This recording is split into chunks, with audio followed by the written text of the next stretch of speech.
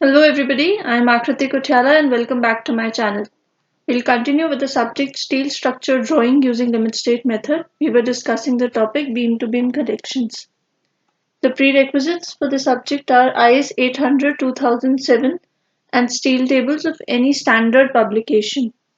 So far we've discussed what is gauge, pitch, edge and end distances. We've also discussed column splicing and column bases with base slab and gusseted bases, beam to column connections. In that, we've discussed framed connections and seated connections. In the last lecture, we discussed beam to beam connection, in which we discussed about framed connections. So we'll continue to discuss about framed connections in this lecture as well. So let's start. Beam to beam connection जो है उसमें आप simply क्या कर रहे हैं, एक main beam को आप एक सेकेंडरी बीम के साथ कनेक्ट कर दे रहे हैं। तो मेन बीम जब सेकेंडरी बीम के साथ कनेक्ट होगी तो आप उसको दो तरीके से कनेक्ट कर सकते हैं, या तो आप फ्रेम्ड कनेक्शन बना सकते हैं या फिर आप सीटेड कनेक्शन बना सकते हैं। तो लास्ट लेक्चर में हमने फ्रेम्ड कनेक्शन के बारे में देखा था, जिसमें हमने देखा था कि हम वेब क्लीट्स यूज करते हैं। आप वेब के जो सेकेंडरी बीम है उसके दोनों साइड आप क्या लगा देंगे, वेब क्लीट्स लगा देंगे। तो एक वेब क्लीट यहाँ पे दिखाई दे रहा है, एक वेब क्लीट दूसरी साइड होगा आपके वेब के, जिसको आपने मेन बीम के वेब के साथ कनेक्ट किया है। अब इस पर्टिकुलर फिगर में आप देख सकते हैं कि हमने कुछ टॉप क्लियरेंस और बॉटम क्लियरेंस छोड़ी है।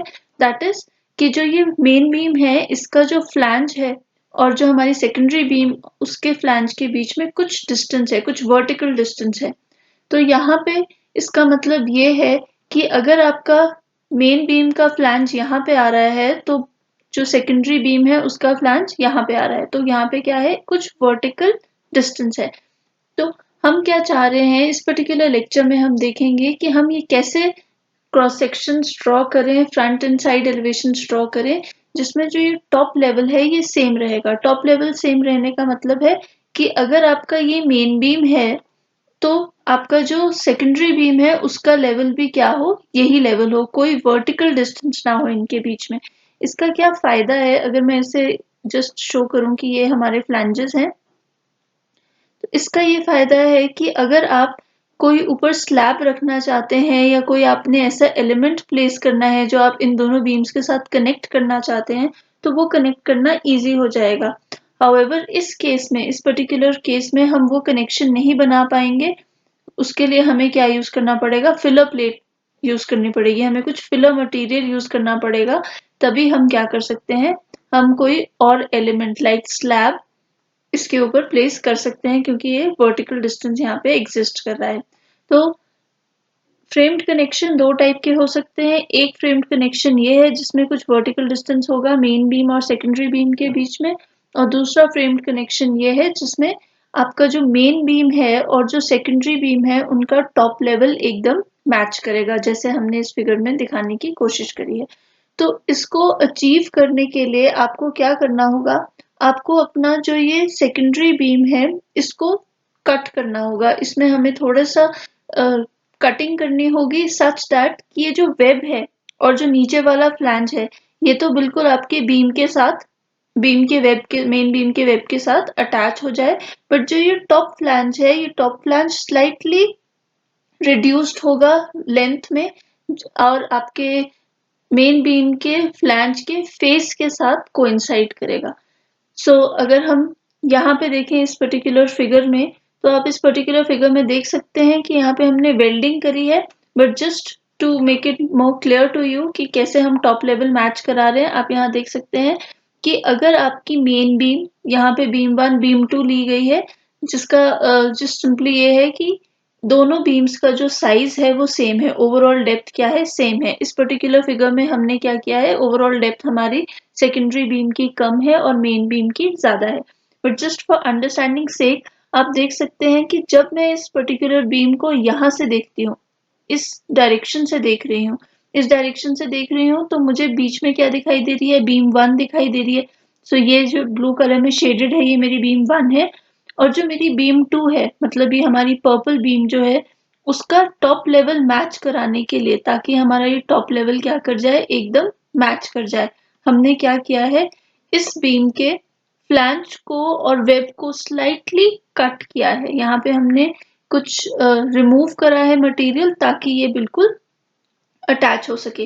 बट ये ध्यान रखिए कि जो वेब है आपके बीम 2 का इस पर्टिकुलर केस में, वो आपकी मेन बीम के वेब के साथ बिल्कुल अटैच्ड है। तो ऐसा नहीं है कि डिस्टेंस है, सिर्फ हमें प्लान में देखने से लग रहा है कि डिस्टेंस है, अदरवाइज आपने सिर्फ ये थोड़ा सा पोर्शन रिमूव किया है। So we'll understand it a bit more when we solve a numerical or a drawing based on it. So let's start. Draw on a suitable scale the front and side elevation of a framed beam-to-beam connection.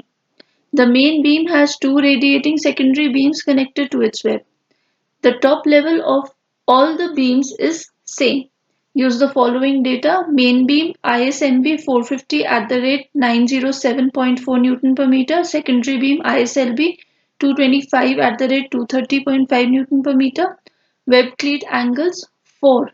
4 क्यों है अभी discuss करते हैं। IS से 80 by 80 by 8 mm, 2 on each side of the main beam, and diameter of the bolt is 20 mm.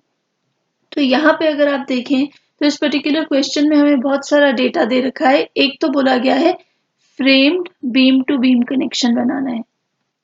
तो इस framed beam to beam connection को आप कैसे बनाएंगे, पहले तो आपने ये ध्यान रखना है। फिर बोला गया है the main beam has two radiating secondary beams. तो ये टू वर्ड बहुत इंपॉर्टेंट है। इसका क्या सिंपली मतलब है, इसका मतलब है कि यहाँ पे दूसरी साइड वेब के भी आपके पास क्या है, एक और सेकेंडरी बीम अटैच्ड है। तो यहाँ पे भी क्या होगा, एक और आई सेक्शन अटैच्ड होगा कुछ इस तरह से।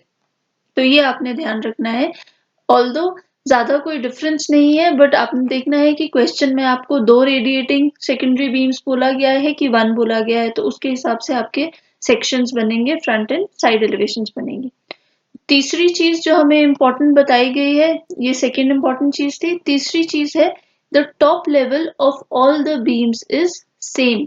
तो मतलब कि जैसा हमने इस स्लाइड में देखा था कि आपने जो टॉप लेवल है वो क्या कराना है, मैच कराना है। ऐसा नहीं होएगा, ऐसा हमने लास्ट लेक्चर में डिस्कस किया था, बट यहाँ पे हमें स्पेसिफिकली बोला गया है कि top level of all the beams will be the same. So ये इस तरीके से बनेगा। So let's see. अब हमारे पास मेन बीम दे रखी है ISHB 450। अच्छा, एक चीज जो हम डिस्कस कर रहे थे, वेब क्लीट एंगल्स। यहाँ पे हमें 4 वेब क्लीट एंगल्स क्यों दिए गए हैं, क्योंकि अगर आप देखें एक बीम को अटैच करने के लिए हम कितने क्लीट एंगल्स यूज कर रहे हैं, 2। तो एक यहाँ पे आपको दिख रहा है, एक इस साइड होगा। सो 2 हमने इधर यूज करे हैं। क्योंकि हम एक रेडिएटिंग बीम अटैच कर रहे हैं, तो उस रेडिएटिंग बीम को एडजस्ट करने के लिए या अटैच करने के लिए आप फिर से क्या यूज करेंगे, 2 क्लीट एंगल्स यूज करेंगे। तो इन टोटल कितने हो गए, 4 क्लीट एंगल्स। सो इसलिए यहाँ पे जो एग्जामिनर है उसने ये मेंशन कर दिया है कि आप 4 क्लीट एंगल्स यूज करें। अदरवाइज ये डेटा वो दे ना दे उसकी मर्जी है। ये आपको अपने आप से पता होना चाहिए कि सेकेंडरी बीम को अगर आप वेब क्लीट से अटैच कर रहे हैं तो आप कितने वेब क्लीट्स यूज करेंगे। एक बीम को अटैच करने के लिए 2 वेब क्लीट यूज करेंगे, और सिंस यहाँ पे 2 सेकेंडरी बीम्स अटैच हो रही हैं तो वो कितने हो जाएंगे, 4 हो जाएंगे। सो ये जो यहाँ पे डेटा लिखा है ये भी क्या है, एडिशनल डेटा है, नेसेसरी नहीं है कि आपको एग्जाम में पूछ दिया जाए। Diameter of poles are 20 mm। So main beam ISHB 450, यहाँ पे आप स्टील टेबल से उसकी सारी डिटेल्स डायमेंशंस ले सकते हैं।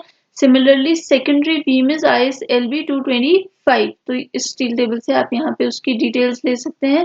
मैंने वो सारी डिटेल्स यहाँ पे मेंशन कर दी हैं।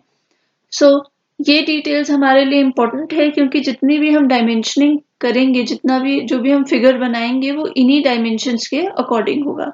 सो it is very important to carry your steel tables when you are attempting your drawing exam.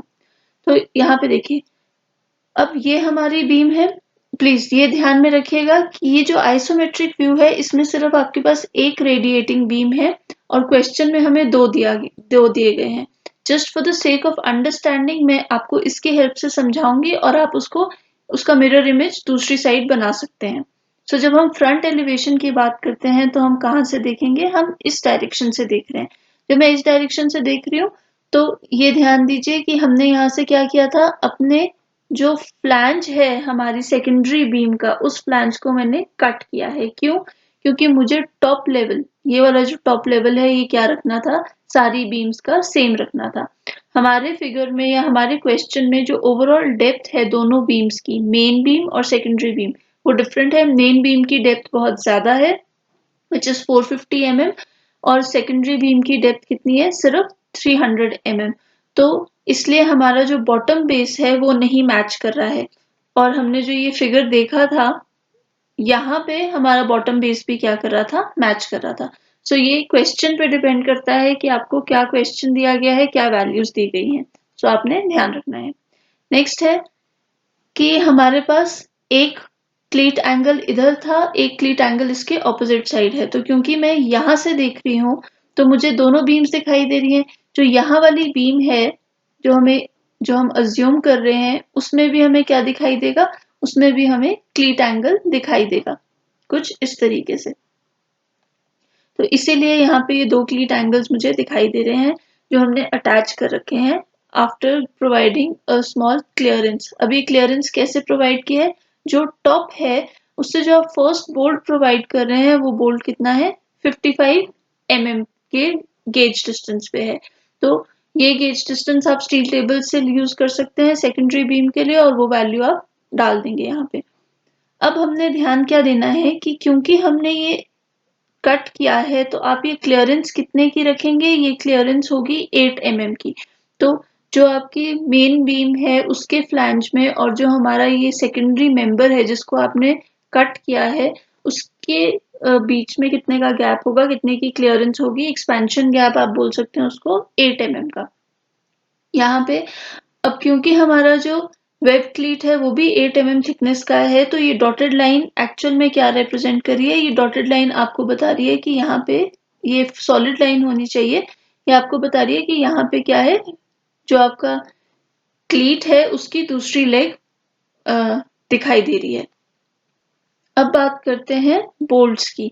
तो ये हमने दो बोल्ट्स अज्यूम करे हैं तो हमें पिच और एंड डिस्टेंसेस कैलकुलेट करने होंगे। तो लेट्स डू दैट। हमारे पास पिच के लिए फॉर्मूला होता है पिच मिनिमम, जो आप कोड से रेफर कर सकते हैं 2.5 टाइम्स डी।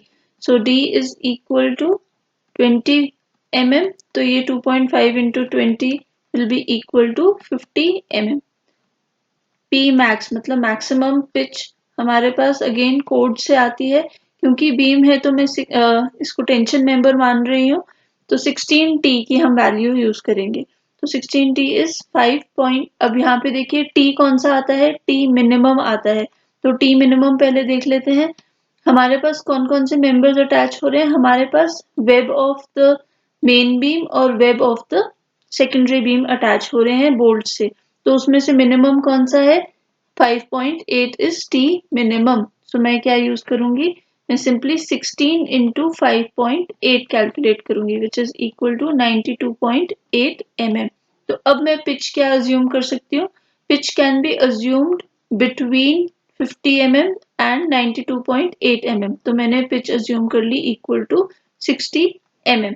वैसे ही ई मिनिमम, कोड से आप ई मिनिमम का फॉर्मूला देख सकते हैं which is equal to 1.5 times D H. तो डी एच हमारे पास कितना होगा, 20 plus 2। D H is the diameter of the whole.